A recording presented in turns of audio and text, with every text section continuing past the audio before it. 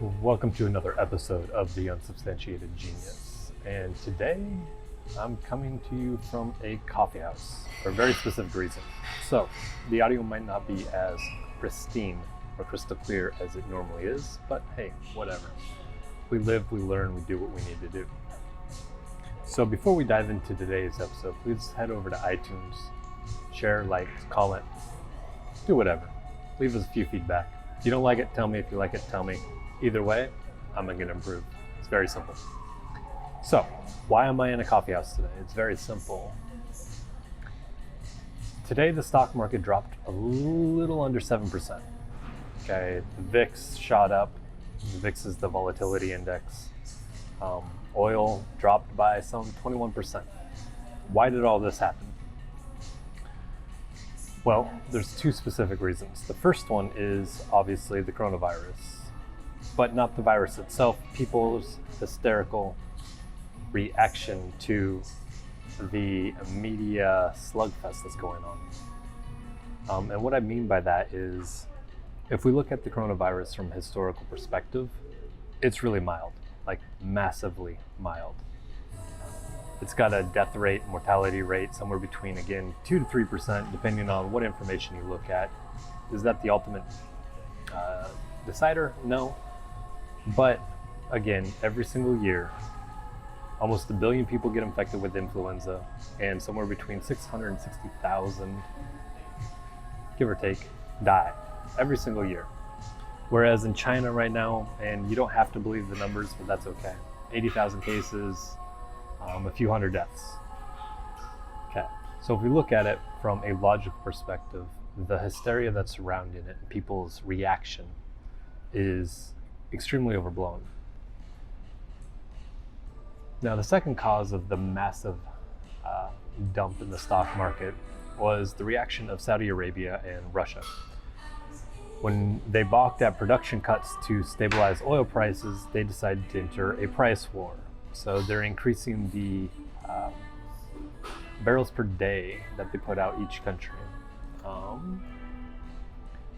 Saudi Arabia is cutting theirs by about 25%, down to $6 from $8, and Russia is going to follow suit and start pumping oil. So that's going to have two factors. It's going to put a huge knot in the debt-laden shale play, which is where most of our oil comes from. And two, it's going to cause oil and subsequently gasoline to crash. Today, again, it was down 21%. Now, it's funny because I was speaking with Greg Horowitz earlier today about all this, and it's almost laughable because what's happening isn't the actual virus causing a massive disruption.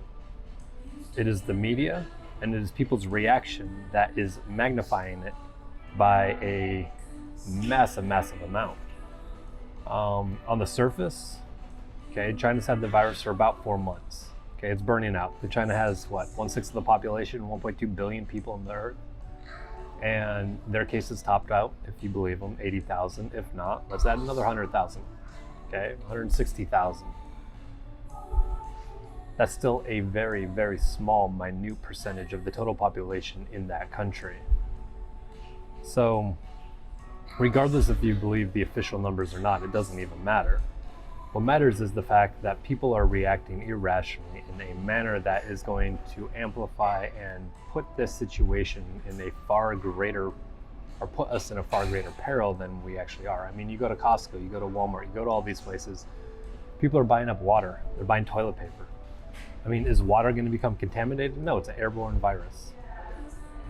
Like, it's a virus. It's not contaminating the water supply. Can it mutate? Yes. Will it? Maybe, maybe not. That's not for me to decide, but until it does, I'm not going to react to it. So I'm sitting here today at a coffee shop simply to prove a point. Go out, go do your daily lives. The virus probably will not impact your life in any way, shape, or form other than adding a minor inconvenience. And that's the hard facts of it.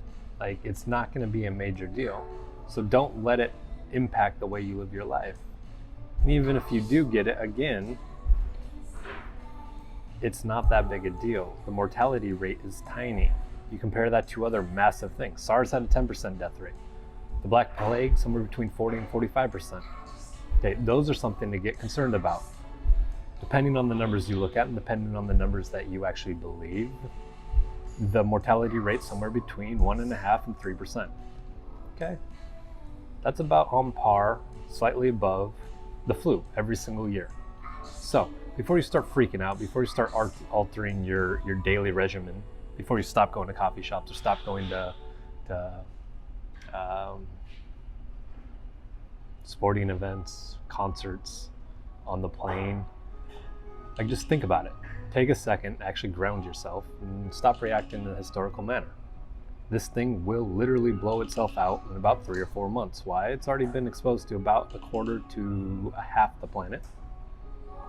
Yes, cases are spiking across the world, but again, China's had it for about 4 months and it's decreased. Today, the new cases is down to 40 in a single day. 40, that's it. Whereas when it was first starting, or in the exponential growth phase, it was in the thousands. Okay, so you need to take a step back. You need to look at the total events, the total situation. Detach your emotions and literally, simply, use logic. It's not that hard. Stop being afraid. Stop succumbing to the media amp fest. Who gives a flying fuck about 100,000 people, 900,000 people, 1 million people getting infected with the flu? That's nothing. Again, that's nothing. It happens every single year. So anyhow, take a breath. Don't change your daily routine. Don't go out and buy Purell. Don't go out and get masks. Like, that's not going to do a whole lot. Most of the masks that people sell aren't even airborne resistant, which means that their weave that they're using in the mask itself is not airtight. Therefore, it's still going to get into your respiratory tract. Regardless, be informed. Stop being hysterical. Like, we're better than this. I mean, it's 2020, people. So, I love you all. I hope you have a wonderful day.